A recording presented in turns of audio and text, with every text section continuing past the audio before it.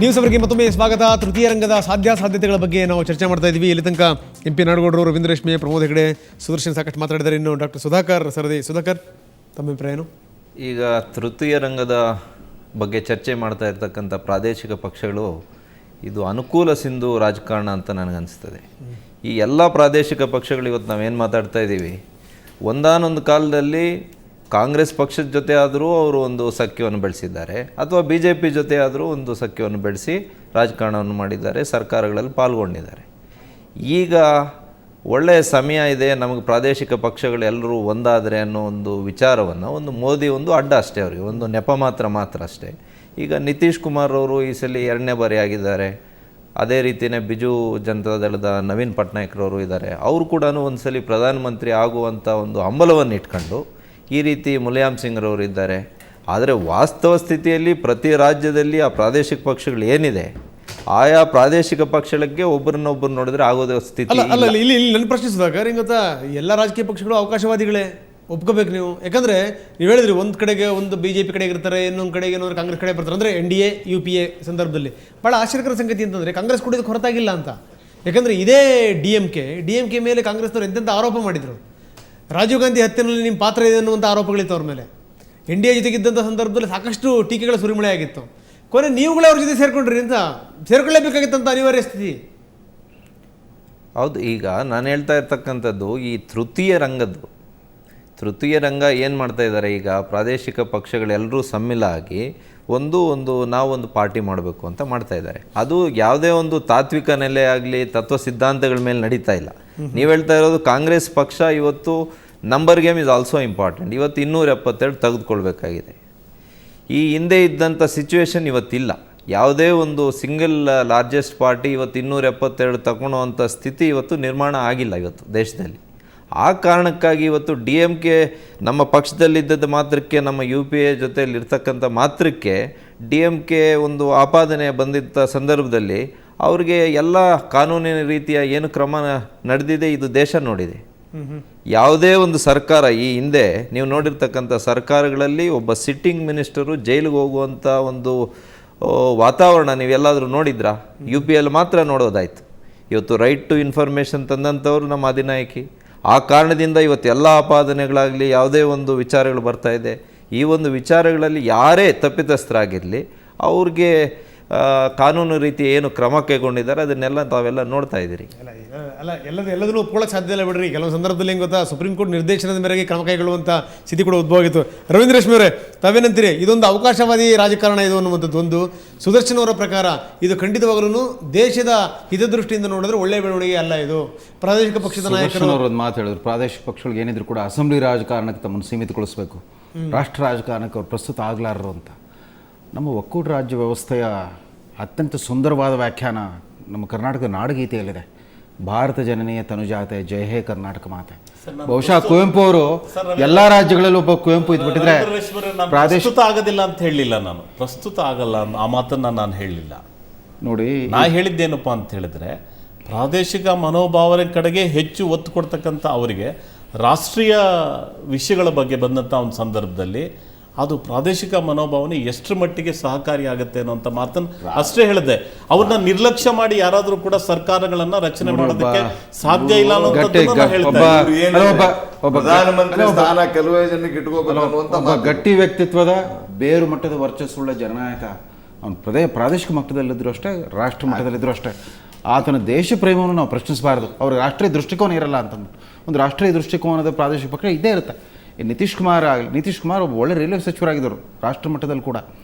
ಆಮೇಲೆ ನವೀನ್ ಪಟ್ನಾಯಕ್ ಬರೀ ಒರಿಸ್ಸಾಗೆ ಸೀಮಿತಗೊಳಿಸ್ಕೊಂಡ್ರು ಕೂಡ ಅದಕ್ಕೊಂದು ಜಾಗತಿಕ ದೃಷ್ಟಿಕೋನ ಇದೆ. ಯಾಕಂದರೆ ಅವರ ವಿದ್ಯೆ, ಅವ್ರ ವ್ಯಾಸಂಗ, ಅವ್ರ ಜಾಗತಿಕ ಅನುಭವದಿಂದಾಗಿ ಆ ಒರಿಸ್ಸಾದಂಥ ಹಿಂದುಳಿದ ಪ್ರದೇಶದಲ್ಲಿ ಕೂಡ ಒಂದು ಸುಭದ್ರವಾದ ಆಡಳಿತವನ್ನು ಕೊಟ್ಟಿದ್ದಾರೆ. ಎಲ್ಲೋ ಒಂದು ಕಡೆ BJP ಸಖ್ಯ ಅವ್ರಿಗೆ ಹೊರೆಯಾದಾಗ, ಆ ಕಂದಹಾರ್ನಲ್ಲಿ ಆದಿವಾಸಿ ಕ್ರಿಶ್ಚಿಯನ್ರ ಮೇಲೆ ಹಿಂಸಾಚಾರ ನಡೆದಾಗ BJP ಹಂಗೆ ತೊರೆದ್ಬಿಟ್ಟು ಸ್ವತಂತ್ರವಾಗಿ ಅವ್ರು ಗೆದ್ದು ಬಂದ್ಬಿಟ್ಟು ಆ ರೀತಿ ಆಯಾ ಚಾರಿತ್ರಿಕ ಒತ್ತಡಕ್ಕೆ ತಕ್ಕಂತೆ ಅವ್ರು ಸ್ಪಂದಿಸ್ತಾ 3-4 ಬಾರಿ ಗೆದ್ದು ಅಲ್ಲಿ ಸುಭದ್ರವಾದ ಒಂದು ಆಡಳಿತ ಮತ್ತು ಪ್ರಗತಿಪರ ಒಂದು ಆರ್ಥಿಕ ಪ್ರಗತಿಯನ್ನು ತೋರಿಸಿರುವಾಗ ಅಂಥವ್ರನ್ನೆಲ್ಲ ತನ್ನ ರಾಜ್ಯವನ್ನ ಅವರ ಸೆಕ್ಯುಲರ್ ಕ್ರೆಡೆನ್ಷಿಯಲ್ಸ್ ಅನ್ನು ನಾನು ಪ್ರಶ್ನೆ ಮಾಡ್ತಾ ಇಲ್ಲ. ಅವರು ಆ ರಾಜ್ಯಗಳಲ್ಲಿ ಮಾಡ್ತಾ ಇರ್ತಕ್ಕಂಥ ಅಭಿವೃದ್ಧಿ ಕಾರ್ಯಕ್ರಮಗಳ ಬಗ್ಗೆನೂ ಕೂಡ ನಾನು ಪ್ರಶ್ನೆ ಮಾಡ್ತಾ ಇಲ್ಲ. ಅವ್ರದ್ದೇ ಆದಂಥ ರೀತಿಯಲ್ಲಿ ಜನ ಮ್ಯಾಂಡೇಟ್ ಕೊಡ್ತಿದ್ದಾರೆ, ಕಾಳಜಿಯಿಂದ ಅವ್ರ ಕೆಲಸವನ್ನು ಮಾಡ್ತಾ ಇದ್ದಾರೆ. ಇವತ್ತು ನಿತೀಶ್ ಕುಮಾರ್ ಬಗ್ಗೆ ಹಗುರವಾಗಿ ಮಾತಾಡೋಂಥದ್ದು ಅಥವಾ ನವೀನ್ ಪಟ್ನಾಯಕ್ ಬಗ್ಗೆ ಹಗುರವಾಗಿ ಮಾತಾಡೋಂಥದ್ದೇನಿಲ್ಲ. ನಾ ಏನು ಹೇಳ್ತಾ ಇದ್ದೇನೆ, ಒಂದು ರಾಷ್ಟ್ರೀಯ ಮನೋಭಾವನೆ ದೃಷ್ಟಿಯಲ್ಲಿ ನಾವು ಆ ರೀತಿಯಾಗಿ ನಾನು ಆಲೋಚನೆ ಮಾಡ್ತಾ ಇದ್ದೇನೆ, ಆ ರೀತಿಯಾಗಿ ನನ್ನ ಅಭಿಪ್ರಾಯಗಳನ್ನು ನಾನು ಹೇಳ್ತಾ ಇದ್ದೇನೆ. ಅಲ್ಲ ಈಗ ರಾಷ್ಟ್ರೀಯ ಮನೋಭಾವ ಅಂದ್ರೆ ಈ ಕಾಂಗ್ರೆಸ್ ಮತ್ತು ಬಿಜೆಪಿ ಏನು ರಾಷ್ಟ್ರೀಯ ಮನೋಭಾವ ಉಳಿದಿದೆ ಅವರಿಗೆ? ಅವರು ಪ್ರಾದೇಶಿಕ ಪಕ್ಷ ಆಗಿದ್ದಾರೆ. They don't exist in more than 10-15 States. Existence ಪ್ರಶ್ನೆ ಅಲ್ಲ ಇವರೇ, ಎಕ್ಸಿಸ್ಟೆನ್ಸ್ ಪ್ರಶ್ನೆ ಅಲ್ಲ. ಏನು ಆ ಒಂದೇ ಕುಟುಂಬದವರು ಮಾತ್ರ ಆ ರಾಷ್ಟ್ರ ಮಟ್ಟದ ಬಗ್ಗೆ ವಿಚಾರ ಕುಟುಂಬದ ಮಾಡೋರು. ಪ್ರಶ್ನೆನೂ ಅಲ್ಲ. ಆ ಮೋದಿ ಆ ಒಬ್ಬನೇ. ಕುಟುಂಬಕ್ಕೂ ಒಂದು ದೊಡ್ಡ ಇತಿಹಾಸ ಇದೆ. ಏನು ಕುಟುಂಬದ ಇತಿಹಾಸ ಪ್ರಶ್ನೆನೂ ಅಲ್ಲ. ಈಗ ಒಂದು ಪ್ರಜಾತಂತ್ರ ಕುಟುಂಬದ ವ್ಯವಸ್ಥೆಯಲ್ಲಿ ಅಲ್ಲ, ಒಂದು ಕುಟುಂಬ ಇತಿಹಾಸ ಇದ್ದವ್ರೆ ಆಗ್ಬೇಕಾ? ಇತಿಹಾಸ ಯಾರು ನಮ್ಮಲ್ಲಿ ಯಾರೋ ಒಬ್ಬ ಗ್ರಾಮ ಪಂಚಾಯತಿಯಲ್ಲಿ ಕೆಲಸ ಮಾಡುವಂತವ್ರು ಇವತ್ತು ರಾಷ್ಟ್ರದ ಪ್ರಧಾನಮಂತ್ರಿ ಆಗುವಂತ ಯೋಗ್ಯತೆ ಇದ್ರೆ ಆಗ್ಬೇಕು ಅವನು. ನಿಮ್ಮಲ್ಲಿ ಏನಾಗಿದೆ, ಎಲ್ಲರದು ಕಾಲ್ ಕಟ್ತೀರಿ, ಒಬ್ಬರೇ ಓಡ್ಬೇಕಂತ. ನಾಡಗೌಡ್ರೆ ಆಗಲ್ಲ. ನಾಡಗೌಡ್ರೆ ಪ್ರಜಾಪ್ರಭುತ್ವದಲ್ಲಿ ಈ UPA ಪರಿಸ್ಥಿತಿ ನಿಮಗೆ ಗೊತ್ತಾ? ನಾಡಗೌಡ್ರೆ ಪ್ರಜಾಪ್ರಭುತ್ವದಲ್ಲಿ ಎಲ್ಲರಿಗೂ ಸ್ಪೇಸ್ ಇದೆ. ಒಬ್ಬ ಸಾಮಾನ್ಯವಾದಂಥ ಮನುಷ್ಯ ಏನು ಬೇಕಾದರೂ ಆಗೋದಕ್ಕೂ ಕೂಡ ಪ್ರಜಾಪ್ರಭುತ್ವದಲ್ಲಿ ಸ್ಪೇಸ್ ಇದೆ. ಅದನ್ನ ಯಾರು ಹೇಳಬೇಕಾದಿಲ್ಲ, ಪುನಃ ಪುನಃ ಹೇಳಬೇಕಾದಿಲ್ಲ. ಅದನ್ನ ಜನರು ತೀರ್ಮಾನ ಮಾಡ್ತಕ್ಕಂಥವ್ರು ಜನರು. ಆದ್ರೆ ತಾವೇನ್ ಹೇಳಿದ್ರೆ ಅಸೆಂಬ್ಲಿಗೆ ಉಳಿಬೇಕು ಅಲ್ಲ, ಅವ್ರು. ಆದ್ರೆ ಒಂದು ರಾಜಕೀಯ ಪಕ್ಷಕ್ಕಾಗ್ಲಿ ಒಂದು ಇತಿಹಾಸ ಪರಂಪರೆಗಳು ಕೂಡ ಬಹಳ ಮುಖ್ಯ ಆಗುತ್ತೆ. ಅದನ್ನ ತಾವು ಅರ್ಥ ಮಾಡ್ಕೋಬೇಕು. ಅಲ್ಲ, ಈಗ ಯಾವ ಇತಿಹಾಸ ಇಲ್ಲ. ಒಂದು ನಿಮಿಷ, ತಾತ್ವಿಕವಾಗಿ ಈ ಹಿನ್ನೆಲೆಯಲ್ಲಿ ಇತಿಹಾಸ ಬಹಳ ಎಲ್ಲರಿಗೂ ಒಳ್ಳೆ- ಇರುತ್ತೆ. ಯಾವ ತರದ ಇತಿಹಾಸ ಪರಂಪರೆ ಅನ್ನೋದು ಮುಖ್ಯ. ಅಲ್ಲ, ಒಳ್ಳೆ ಎಂತ ಪಕ್ಷಕ್ಕೆ ಇತಿಹಾಸ ಇಲ್ವಾ? ಅಲ್ಲ, ಒಳ್ಳೆ ಸಬ್ಜೆಕ್ಟ್ ಇದೆ ಭಾರತದಲ್ಲಿ. ನೀವೆಲ್ಲ ಅದ್ರಾಗ ಬಂದಿದ್ದೀರಿ. ಅಲ್ಲ, ಒಂದು ನಿಮಿಷ ನೋಡ್ಕೊಟ್ರೆ, ತಾತ್ವಿಕವಾದಂಥ ವಿಚಾರದಲ್ಲಿ ನೀವು ಹೇಳಿದ ಸಂದರ್ಭಕ್ಕೆ ಭಾರದ್ವಾಜ್ ಅವರೇ, ರಾಷ್ಟ್ರವನ್ನು ನಡೆಸಲಿಕ್ಕೆ ಒಂದು ಕೇಂದ್ರದಲ್ಲಿ ಸ್ಥಿರ ಸರ್ಕಾರ ಮಾಡಲಿಕ್ಕೆ ಕನ್ಫ್ರಂಟ್ರೇಷನ್ ರಾಜಕಾರಣಕ್ಕಿಂತನೂ ಕಾಂಪ್ರಮೈಸ್ ರಾಜಕಾರಣ ನಡೆದಿದ್ದು ನಿಜ. ಅದಕ್ಕೆ ಅನುಕೂಲ ಸಿಂಧು ಹೇಳುವಂಥದ್ದಲ್ಲ. ಆ ಸಂದರ್ಭದಲ್ಲಿ ತಕ್ಕಂತೆ ಹೊಂದಾಣಿಕೆ ಮಾಡಿದ್ದು ನಿಜ. ಆದರೆ ತೃತೀಯ ರಂಗದಲ್ಲಿ 10 ಜನ ಯಜಮಾನರು ಸೇರಿ ಒಂದು ಮನೆಯನ್ನು ನಡೆಸಲಿಕ್ಕೆ ಆಗೋದಿಲ್ಲ. ಒಂದು ಮನೆಗೆ ಒಬ್ಬ ಯಜಮಾನ ಇರಬೇಕು, ಒಂದು ರಾಷ್ಟ್ರಕ್ಕೆ ಒಬ್ಬ ಉನ್ನತವಾದಂಥ ನಾಯಕ ಇರಬೇಕು.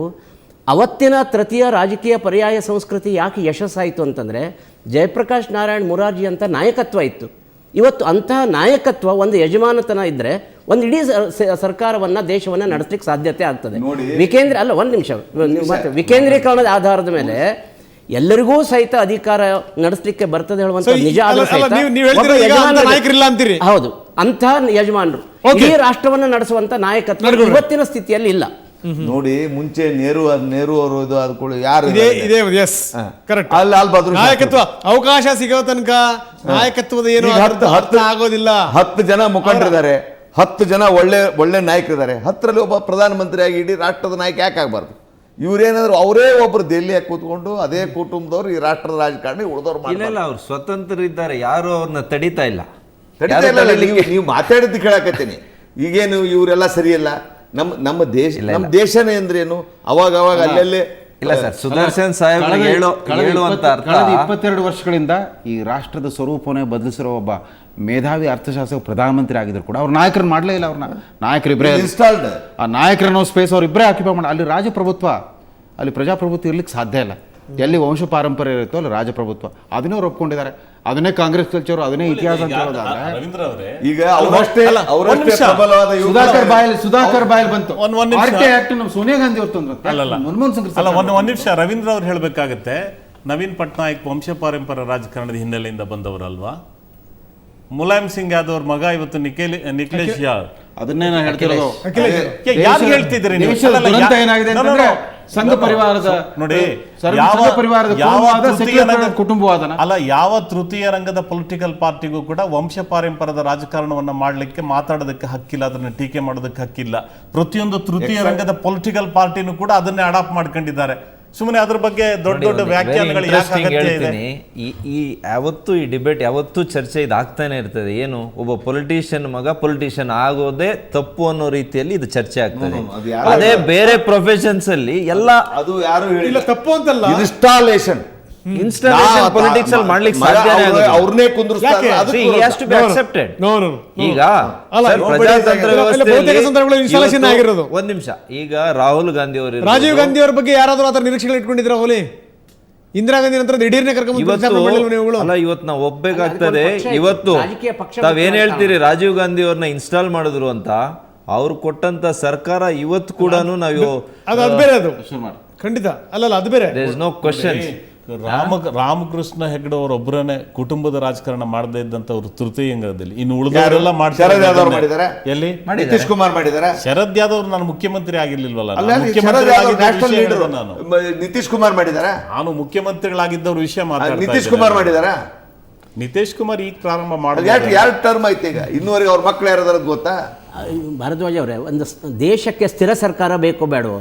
ಇವರು 10 ಜನ ನಾಯಕರಾಗಿ 10 ತಿಂಗಳಿಗೆ ಒಂದೊಂದು ಸರ್ಕಾರ ಮಾಡ್ತಾ ಹೋದ್ರೆ ದೇಶದ ಸ್ಥಿತಿ ಏನಾಗಬಹುದು? ಅಲ್ಲ, ಈ ಒಂದು ಎಲ್ಲ ಈಗ ಗಟ್ಟಿ ರಾಹುಲ್ ನಾಯಕತ್ವ- ಗಾಂಧಿ ಅವರ ಒಂದು ಚೆನ್ನಾಗಿದೆ. ಅಲ್ಲ, ಅಲ್ಲ, ಸಾಹೇಬ್ರೆ, ಈ ಕಳೆದ ರಾಹುಲ್ 5 ಗಾಂಧಿ ಅವರ ವರ್ಷ ದೇಶ ಸ್ಪೀಚ್ ಸ್ಥಿತಿ ತಾವು ಏನಾಗಿದೆ? ಮಹಾರಾಷ್ಟ್ರಲ್ಲಿ ನೋಡಿರ್ಬೋದು. ಓಕೆ, ಈ ಒಂದು ವಂಶ ಪಾರಂಪರ ಒಂದು ಏನೆಲ್ಲ ಸಭೆಗಳು ಏನೇನು ಚರ್ಚೆಗಳು ನಡೀತಾ ಇದೆ ಅದಕ್ಕೆ ಉತ್ತರವಾಗೇನೆ ಬಹುಶಃ ಅವ್ರು ಹೇಳಿರ್ಬೋದು, ಅಲ್ಲ ರೀ. ನಾನು ಮದುವೆ ಆಗೋದಿಲ್ಲ. ಅಲ್ಲ, ಈ ಸ್ಥಿರ ಸರ್ಕಾರದಲ್ಲಿ 6 ಲಕ್ಷ ಕೋಟಿ ಅವ್ಯವಹಾರ 5 ವರ್ಷದಲ್ಲಿ. ಇದ್ಯಾ ಬೇಕು?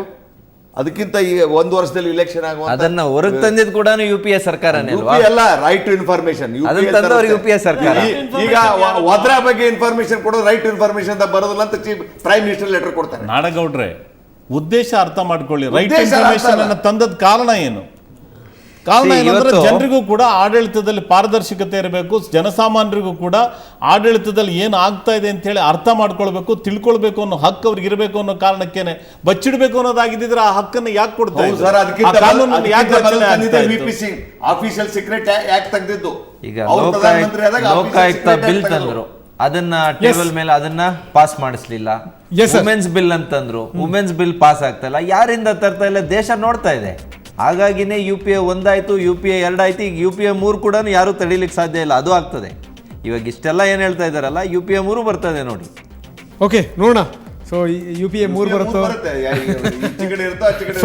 ಫೈನ್, ಇನ್ನಷ್ಟು ನಾವು ಇದ್ರ ಬಗ್ಗೆ ಚರ್ಚೆ ಮಾಡೋಣ, ತೃತೀಯ ರಂಗದ ಬಗ್ಗೆ ಇನ್ನಷ್ಟು ಮಾತಾಡೋಣ. ಅದಕ್ಕಿಂತ ಮೊದಲು ಮತ್ತೊಮ್ಮೆ ಸ್ಮಾಲ್ ಬ್ರೇಕ್.